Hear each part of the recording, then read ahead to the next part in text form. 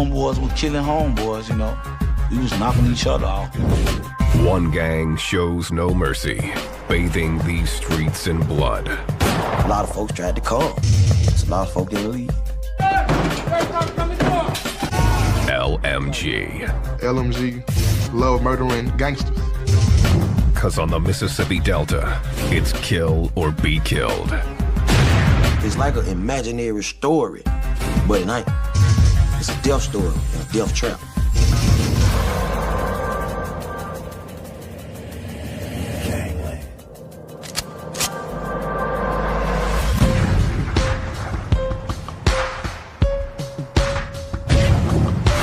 Memphis, Tennessee, heart of the Bible Belt.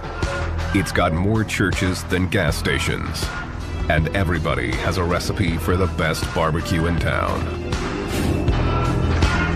It draws thousands of tourists who flock to visit the birthplace of the blues and the home of Elvis Presley. Memphis is also one of the deadliest cities in the country. It was folks dead everywhere.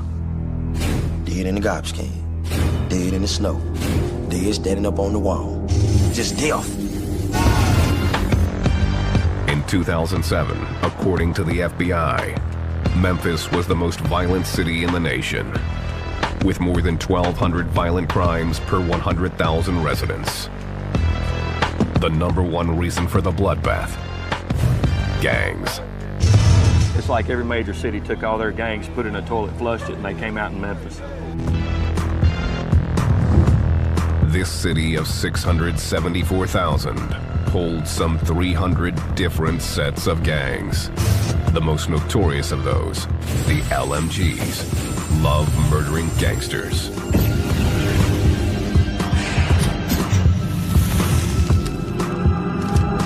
They had the attitude that they were above everybody else. It caused them to really having to back up their attitudes. We liked the attention. We drew attention.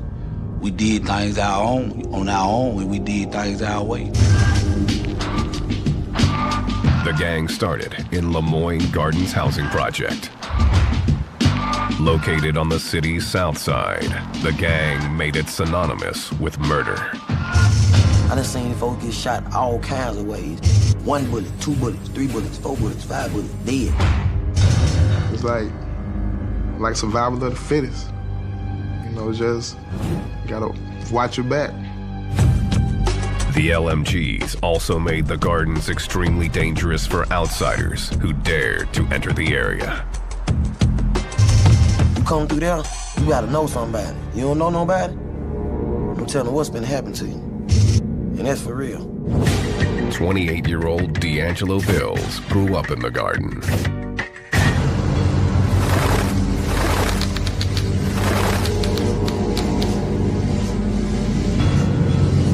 My life at 12, man, it wasn't boring. You hear me? Back then, I loved it. Skipping school, smoking weed, shooting dice, shooting guns in the air. It was crazy. His LMG crew calls him wild for good reason. He's been shot 17 times. I got holes everywhere in my body. You know what I'm saying? And I got them in direct places that will kill you. In the head, in the chest, in the heart, in the stomach, in the leg, in arteries. Wild has lost feeling in almost his entire body. You can see this part right here, numb. This the only feeling I got right here in my body. You hear me? Right here. One shooting took place when Wild was hanging on his front porch, and a group of strangers appeared on his block. I wasn't really paying them no attention. You know what I'm saying? Someone was just telling me to look. Boom, as soon as I looked, it hit me in my face. Wild was shot in a hail of gunfire. One bullet lodged above his eye. I was trying to snatch this out, but it was stuck on my eye bone, though. You hear me? Wild took off running as bullets chased him. One hitting him in the hand, another in the back. My back was hurting so bad because the bullet was on my spinal cord. To this day, Wild doesn't know why the men went after him. It's just part of life in this project. I'm from Lemoyne Gun. What you expect? You hear me? I'm hated by a lot of people.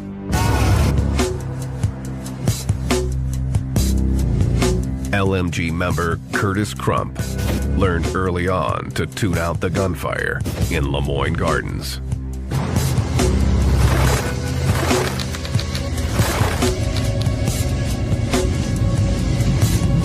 If we in the park playing basketball, a couple guys got to shooting on the drive, I just kept on playing basketball because it wasn't nothing new to me. As long as I ain't get shot, I'm all right.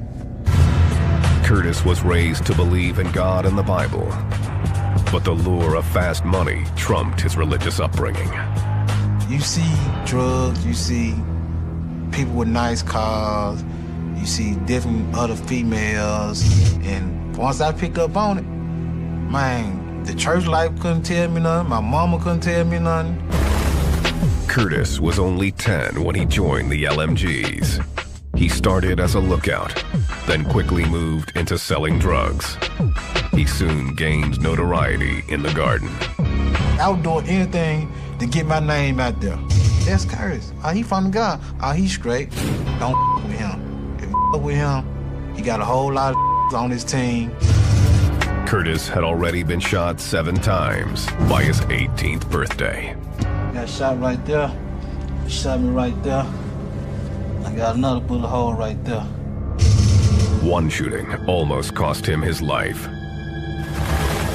In 1990, Curtis was playing craps and was up more than $3,000. The trouble started when another player didn't like the way the dice were rolling. Like, Curtis, give me something. I told him I ain't get nothing, man. Go ask your hoe, give you something. Go rob a bank, do whatever. The other gangster went to his car and grabbed an Uzi, then began shooting at Curtis. I end up on the ground, and I see him run up on me. I told him, I'm gonna blow your up, man. You might well go and kill me. But that one unloaded on me. The gunman fired more than 30 rounds, hitting Curtis in the legs 5 times. I gotta kill this now, you know what I'm saying? And you think, well, I don't want to do it because if I do, I'm going to jail. The shooter was added to a list of enemies, topped by the LMG's most hated rival, the Gangster Disciples.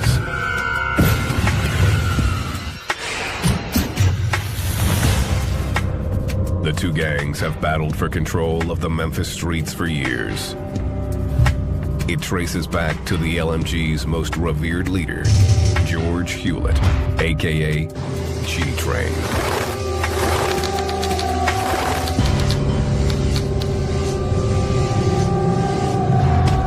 (1993), 23-year-old G-Train ruled the drug scene in South Memphis with an arsenal of weapons and an iron fist.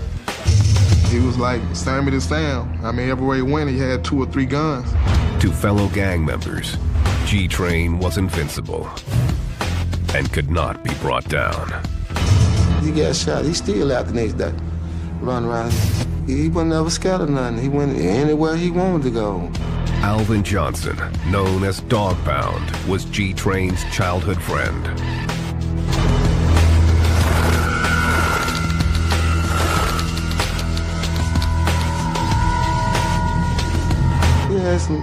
He had enemies. He had a lot of enemies. G-Train's biggest enemy was a local gangster disciple leader named Daryl Jordan, a.k.a. Cowboy. It all started with the rumor that Cowboy had jumped the little brother of a high-ranking LMG member. Cowboy had robbed him. You know what I'm saying? Took his money, took his dope. So they disrespectful, you know what I'm saying? Cowboy was also disrespecting the LMGs by selling drugs on their turf, a crime punishable by death. Cowboy, Daryl Jordan, had violated the lines of demarcation. It was Train's turf. There was no question about who ran that area of town. Cowboy was smoking weed with 2 friends in a parking lot near the Lemoyne Gardens project. when 6 members of the LMGs, including G-Train, pulled into the lot. Train called Cowboy over to settle their differences. Minutes later, all hell broke loose. When the shooting stopped, Cowboy was lying near a parked car. He had been hit 12 times, including once in the head. The police rushed to the scene and found Cowboy amazingly still alive. He immediately made a gasping claim. When the officer got down and asked him what happened,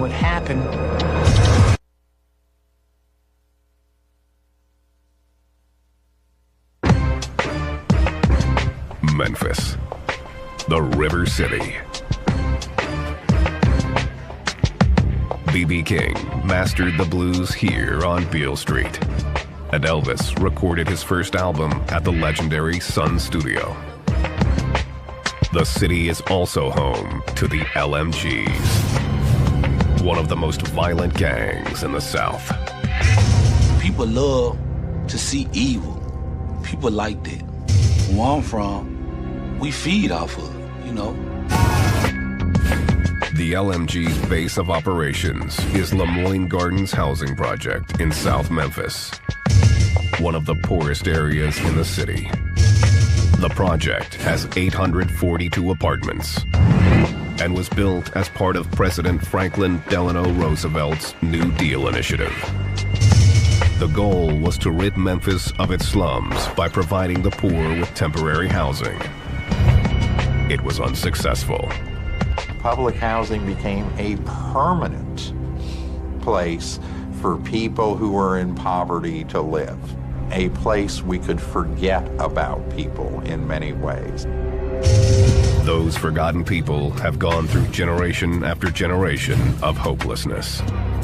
It concentrated substantial numbers of people in a relatively small area that have very little hope for economic advancement, often have failing schools that are serving them, few services that are available to them. All of that starts giving rise to the kind of criminal activity we see. While many residents of the projects were hard-working citizens, some chose a different path. In the 60s and 70s, dealing drugs became a way to make a fast buck. The scene only got worse in the 80s, when crack hit town. Once crack cocaine hit the streets of Memphis, Tennessee, there was a great deal of fuel added to the fire. Gangs hit the streets. The project's toxic mix of poverty and drugs was irresistible to large gangs looking to expand their business. The gangster disciples of Chicago were one of those in search of a quick buck. Their arrival disturbed longtime residents like Alvin Johnson, a.k.a. Dog Pound. It came to a point where we like, hold on, something is changing out here. Really changing. When we were growing up, we used to come out and play ball and stuff. Wasn't that much arguing or fighting or hearing gunshots or none of that. Then, over the time period, things started changing. Probably when a lot of gangs started coming in, Memphis and stuff. The situation in Lemoyne Gardens was made worse by ongoing feuds with 3 other housing projects in South Memphis. They put all these 4 projects in one neighborhood. So you got 4 project neighborhoods now. It's gonna be some fight. In the early 1980s, a group of friends from Lemoyne Gardens Project decided to band together. They called themselves the Lemoyne Gardens Mafia, LMG for short. There wasn't no way out, you hear me? This is all we know. So we're gonna ride together. Wherever we go, we're gonna be together. You hear me? Whenever something happen, we going together. That's just how we was. The LMGs were soon more than 100 strong, promising to have one another's backs. If somebody from the outside, we was in trouble with it, all of us was going.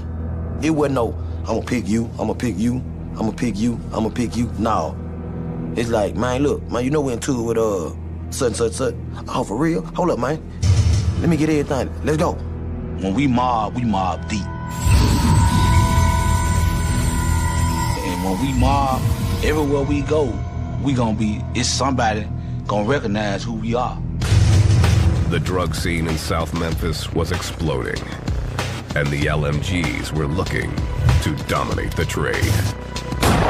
Come get anything over there in Lamont Garden, from marijuana to crack cocaine to powder cocaine. It was really like a mini cartel. The gang's united front quickly became profitable. Guys over there, they stood together, they hustled together. This area right here is like where me, George, and a whole lot of us growed up at. We hung right up around this area right here. And it was like a supermarket to us. Money everywhere. You know what I'm saying? By 1993, the LMGs were running the streets. And 23-year-old G-Train was rising to the top. Train always had money. You hear me? For real. He was a bona fide hustler. His name just blew up in the neighborhood, you know what I'm saying? Everybody want to be around Train. G-Train threatened anyone who got in his way as he assumed control of the LMGs. The name Train conveys a certain message, or messages. And it's about fear, it's about violence, it's about a hardcore Memphis gang. His deadly mystique soon stamped him as untouchable. He went anywhere he wanted to go. He felt like he wanted to go there, that's where he went. He wasn't running for nothing. G-Train used his drug profits to purchase a nightclub, the Headquarters. It became the place to be seen and the main hangout for the LMGs. Normal night, we have probably about 500 people come up through here. Cars all up, down here, all up here. From the street, it looked like a legitimate business. But behind closed doors, the Headquarters held a secret. Club was more like, club slash, trap house. Ecstasy pills, marijuana, cocaine. I mean, it's all there in the club. So it's like a one-stop shop. This is where they would hold their meetings or so-called roll calls. And they would talk about their business. They would talk about, okay, where are we at with our money? How we're going to make money. What are the gangster disciples doing? What are the rival gangs doing? G-Train's empire continued to grow as he appeared to go legit. He formed a music group and cut a rap album. G-Train also tried to build a reputation as a local Robin Hood. He bought a barbershop, gave out free haircuts, and sponsored a 4th of July fireworks show. He showed love. On Christmas, if you don't have one, he'll make it happen for you. He bring gifts. To the LMGs, he was a hero, a man to be emulated.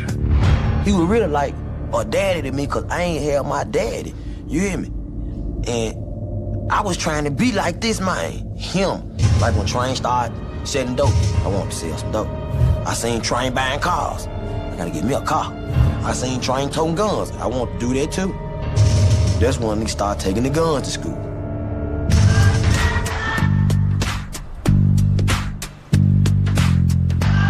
G-Train wasn't loved by all. As his power and wealth grew, he and the LMGs began crossing enemy lines. They were starting to sell drugs over onto the gangster disciple territory. And when that started happening, the LMGs and G-Train were starting to cut into the money of the gangster disciples, which is going to cause a problem. The gangster disciples wanted G-Train dead. It only added to his legend. He was said to have 9 lives for all the times that people tried to kill him, but were unsuccessful. The gangster disciples got frustrated when they couldn't get to G-Train and went after his family instead. In the early 90s, they attacked Train's brother and almost beat him to death. To the LMGs, the assault was a declaration of war. Triumph just took it out on them. He didn't care who it was. If he was GD, he was gonna get it. All us crazy. You hear me? But we cool crazy. We ain't crazy till you mess with us. Till you do something that my brother, my cousin, my partner, my sister, my mama. The LMG's plan was simple. It was just SOS, shoot on sight. The murders began to pile up as each killing was met with another. God, it's Murderville, you know what I'm saying? So you get coming through there after dark, it's bloodshed. The LMG's name took on a more sinister meaning.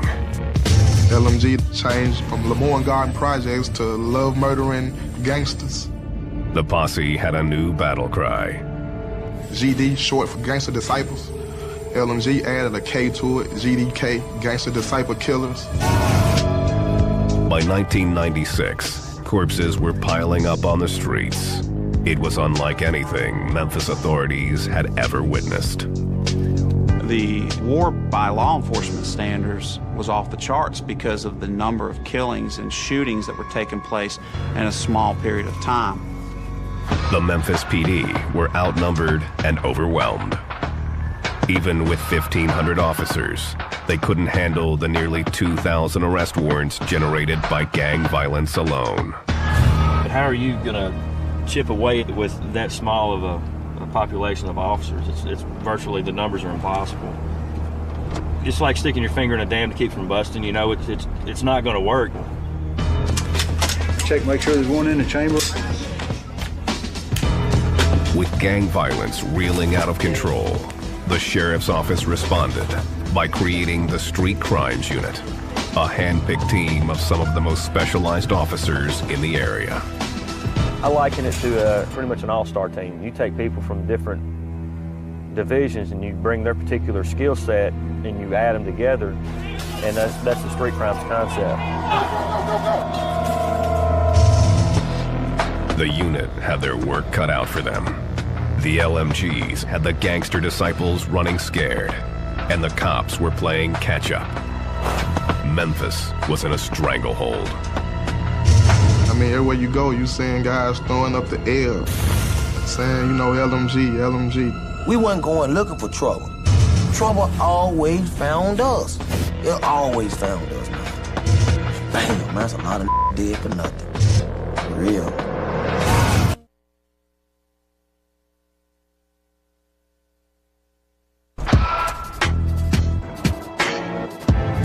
Memphis. From Graceland to the Civil Rights Movement, this city has seen its share of history, much of it infamous. Going on about your business now, or some gonna rob, some gonna shoot you. In 1997, the Street Crimes Unit was formed to combat one of the city's greatest threats, gangs, among them the LMGs, or Love Murdering Gangsters. Detective David Ballard has been a member of the team for 2 years and has first-hand knowledge of the violence. His aunt was a sheriff's deputy and was killed by a gangster while on duty. Her call sign was Charlie 7, and I got to put on my trigger finger there. Hopefully, in the event I ever have to use that finger, she'll be there and she'll help me make good decisions. Maybe like I got a guardian angel riding with me. The Street Crimes Unit has a tip on some gangbangers selling drugs out of a trap house in South Memphis, where the LMGs reign. This guy got some, should have some crack cocaine, marijuana. You know, be aware there's gonna be some handguns in here. Y'all watch, you know, have somebody on the perimeter, yeah. We'll take out that glass door and Hemo, you just make entry. You'll be on the shield, make your entry through there. Roll.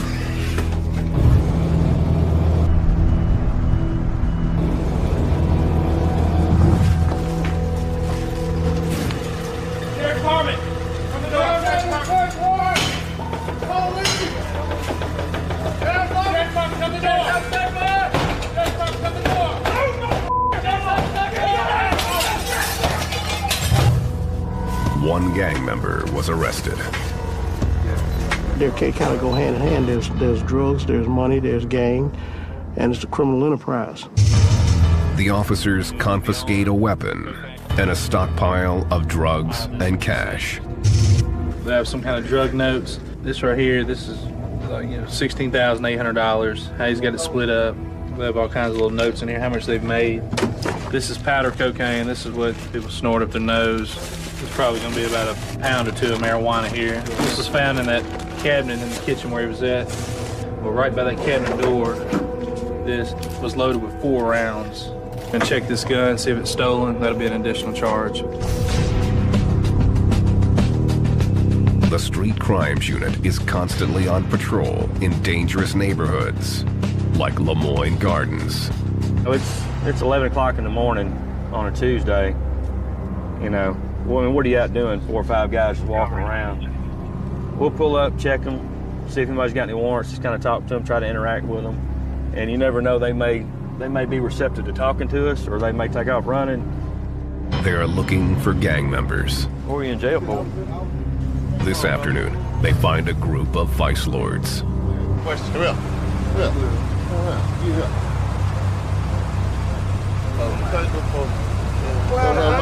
But now you ain't doing nothing. I ain't say I was doing nothing. All right, well, it's mine now. I hate gang members so much that, I don't care about the bandana. I'm gonna get it and use it what it's for. It's probably pretty much like to wipe my shoes with. It's mine now. Yeah, how they do it? Yeah. You're not gonna walk around in my presence with a flag. They're gonna represent one way or another when they're walking the streets, who they belong with. Love murdering gangsters, the LMGs, also represent with the color red. We will wear the opposite colors of disciples. Their street colors are blue, we will wear red. There is no jump-in required to get into the LMGs. There's only one initiation rule. You've got to be from the Lemoyne Gardens Project. We was from Lemoyne Gardens, we was hood, we growed up together, it was like a family thing. The love-murdering gangsters don't have many rules. But there is a code that members like Curtis Crump adhere to. It's all about sex, money, and murder. We love having sex, we love getting money, and up is murder. Tattoos also aren't mandated. But many members choose to mark themselves with the name of their hood. If you real thoroughbred that were born and raised from the God, you got that, you know what I'm saying? You got that stamped on you. Oh, my tattoo. It was LMG Soldier, you know what I'm saying? We got LMG on right there on my hand. It's basically my hood, something I live by, die by. A lot of people don't like LMG, so just by me having this on my hand makes me in danger. The LMGs keep it simple when signing. We had a handshake like this. We throw each other like this. We throw the L. That's Lemoyne guy. I stand for the L, Lemoyne guy. That's the L sign, that's representing LMG. And there's no other sign. That's the only sign. Representing isn't just about showing your allegiance to the LMGs. Their leader, G-Train, flipped the script and used it as a warfare tactic. When Train was on the hunt for gangster disciples, he would wear the blue colors of the LMG's rivals and ride the streets. His disguise as a GD had deadly repercussions. Find GDs and they throw their own sign at them. When they throw it back, they jumping out shooting. The LMGs use other methods to trap their rivals in the hood. They have been known to shoot out the streetlights in Lemoyne Gardens. If anything was to go down, any type of violence or any type of altercations, they wouldn't know how to get out. It's pitch dark. And it's a lot of folks tried to come. It's a lot of folks didn't leave. The cover of darkness has another purpose: to keep away the police. They see a dog, and we run through a cut, and they see a dog, we know they're gonna stop. In 1997, the LMGs were untouchable in Memphis. The war with the GDs had accelerated, and the cops couldn't control the bloodshed. a dead man told his tale. Ain't no such thing, well, shoot this person, let him live, go to the hospital, cause he gonna come back. And some say for him fast, he's always come back at you.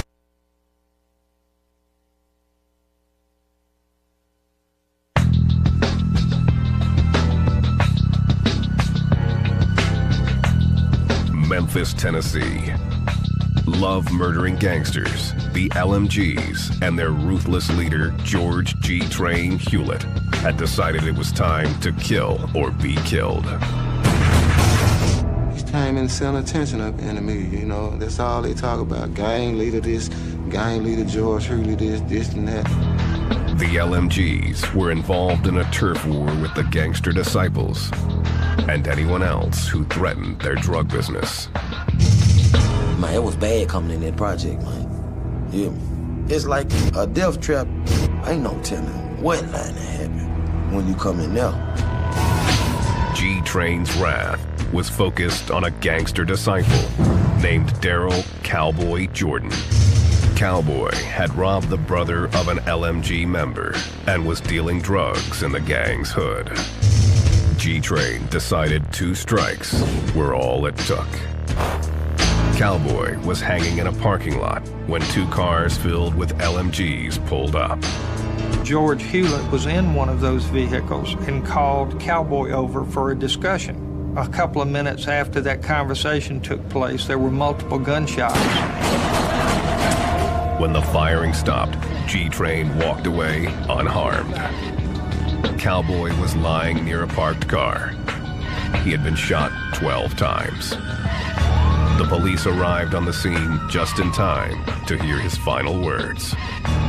He had kept telling the officers on the scene that Train was the one who shot him. Cowboy died minutes later.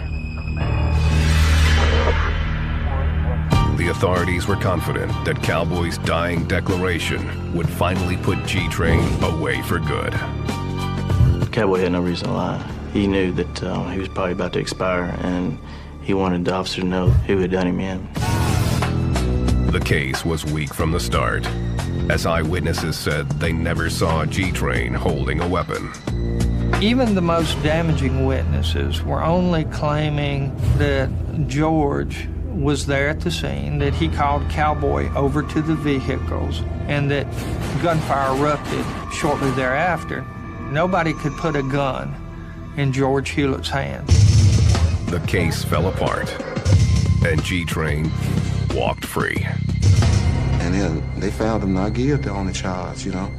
Wouldn't come like, he didn't have no pill. He was talking at that time. He never did nothing. The Memphis PD suspected the LMGs had intimidated witnesses. People tend to kill witnesses. If they just shot up this house, what's going to stop them from shooting my house up? You know, what's going to stop them from hitting my daughter or my son or my grandchild? No, I didn't see nothing, officer. Our motto, we can't leave no witnesses, so you might get caught up in the mix, you know what I'm saying? 2 LMGs that were with Train pled guilty to voluntary manslaughter. They were sentenced to 10 years. G-Train was in the clear. The case marked a turning point in the prosecution of gangbangers in the city of Memphis. It was realized that there were some complexities to prosecuting gang murders and that they needed to put together a specialized task force to confront these kind of cases dealing with witness intimidation, witness relocation, and certainly using gang members as witnesses. The district attorney took action, creating the Gang and Narcotics Prosecution Unit. The sheriff's office also launched the Street Crimes Unit, an elite team of officers determined to end the bloodshed. It did nothing to slow down the LMG's reign of terror. If anything, G-Train's acquittal made him even more brazen. 1998. First, Train was suspected of shooting 2 gangster disciples from a moving car. Then, just weeks later, an officer responding to gunshots found G-Train standing over the dead body of a gangster disciple named Demetrius Jones. The officer then found himself in the line of fire. The officer went across the street to confront George, and at that time George took a shot at him, and he jumped into his car and drove off, and the officer was pursued but lost him. Train was placed under investigation for the murder, but remained on the streets. And the LMG's battle with the gangster disciples was far from over.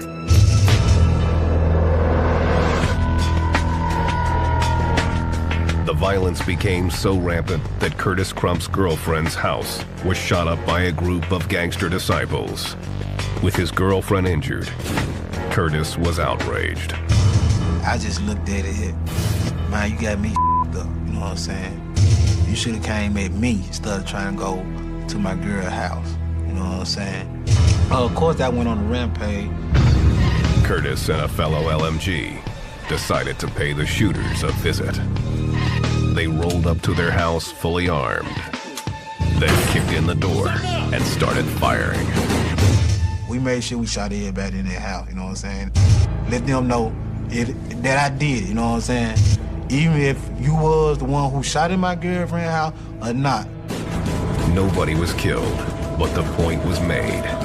Don't mess with the LMGs. We always thought we was untouchable. They can't kill us, man, you know what I'm saying? We untouchable, man. The LMGs may have been untouchable, but Lemoyne Gardens housing project was not. In 1998, the city began to redevelop South Memphis. The first order of business was the destruction of the garden. I hate to see they tore it down. I cried and took a couple of bricks with me. That's my stomach ground. I love that place. I was like, man, we got a lot of shit to deal with. Hell yeah, they tore the project down. What the hell we finna do now? You hear me? The garden was gone, but Memphis was faced with an unexpected consequence. The LMG spread throughout the city, and so did the bloodshed. Now, we was everywhere. And of course, we still got that, man, you mentality, you know what I'm saying?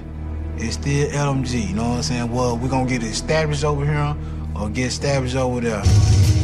G-Train continued to dominate the LMGs, despite the attention of the Shelby County Gang Unit. Train, a lot of people feared him.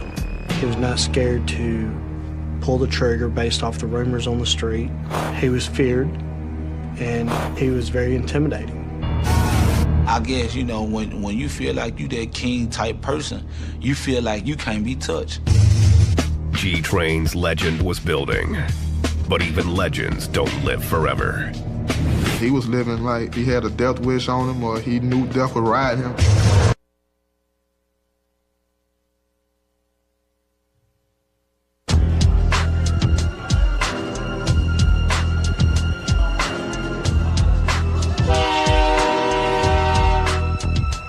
Memphis, Tennessee, 1999. The LMGs, love murdering gangsters, were as strong as ever, despite the destruction of their hood, the Lemoyne Gardens Project. Their embattled leader, G-Train, had avoided serious jail time and numerous assassination attempts. A lot of gang members started to believe in this mystique that he was invincible. George had 9 lives. On November 10th, G-Train's legend came to an abrupt end. The details are sketchy, but it's known that G-Train was alone at his nightclub, the Headquarters. Train's childhood friend, Dog Pound, was locked up at the time, but word from the street reached him in jail. Train truck was parked right here, and he was coming out this door right here. So when Train entered out the door, we entered his car, 2 guys come running around with assault rifle, start shooting. Dog Pound says Train was struck multiple times. He fled his truck and ran down the street, his shooters close on his heels. Where he fell down at, and they said the man came and stood over him, pulled out another gun, and shot him one more time in the neck. No witnesses came forward, and the case has never been solved.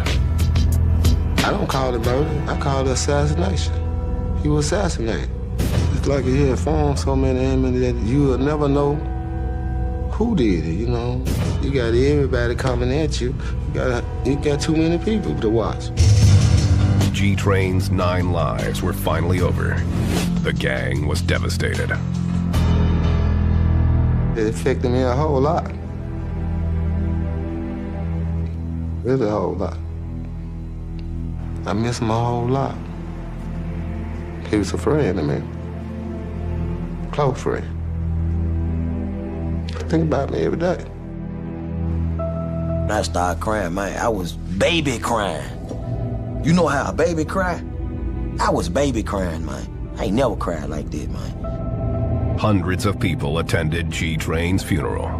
It was like a celebrity had passed away, like the Pope. I mean, cars all as far as you could see. The Shelby County Gang Unit also attended, expecting retaliation. Snipers, detectives, homicides, CIAs, in the bushes, camouflaged. Man, I ain't never seen no funeral like that in my life. But we're all in bushes. Man, it was more police than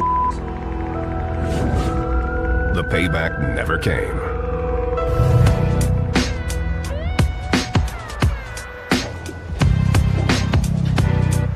Gang members say the LMGs have been in turmoil since G-Train's death, and they're keeping a low profile. When you cut off the head, you know, you shut down everything. The whole body can't function. It was a reality check, you know what I'm saying? And like, damn, what we gonna do now? The land where Lemoyne Gardens housing project once stood is now covered with mixed-income townhomes. Dog Pound is out of jail and says he's staying clear of trouble. When he visits his old haunts, he barely recognizes the area. This was the main spot right here. It's a whole lot different now. A whole lot of things have changed. Way different what it used to be. I miss a lot of it. I can't hang around like I used to. Get a trespass charge. Some believe that because the LMGs are spread out across the entire city, they are more dangerous than ever. You can be reached anywhere, anytime. And that's a fact of life right there. You're not safe anywhere in this town. 34-year-old Curtis Crump is currently on trial for attempted first-degree murder and aggravated assault. He's confident that the LMGs will soon be as large as when G-Train ruled the streets. We got brothers that came up and they throwing LMG up. Kids might be throwing LMG up, so it ain't gonna never end. Yeah, that train gonna definitely roll, you know what I'm saying? No matter what. D'Angelo Bills hasn't spent a full year outside of jail since 1990. Wild continues to represent the gang, but is aware it comes with a price. Lost a lot of love, man. A lot of friends. Man, a lot of they ain't even here no more. You hear me? No, half of them in penitentiary, like I said, and half of them dead. He hopes that his current stint in jail for a weapons charge will be his last. When he gets out, Wild plans to focus on his rap career, where he pays tribute to his fallen LMGs. I'm shedding tears, and can't nobody feel my pain. Over the years, I done seen some of the craziest thing. Remember Train? That's a legend. Most of y'all don't know. When he was here, he ran like they pictured a ghost. Right after that, Lil Daddy died. A chopper opened his chest. I wish like hell I could've caught him just to give him my best. Life is a mess. You can only live once on earth. So if I die right now today, I know my mama be hurt. I'm still thinking about my auntie. Shout it MP and Lil Mike. They got me shedding tears, dog, but they're just life. It's just life, man. Feel that?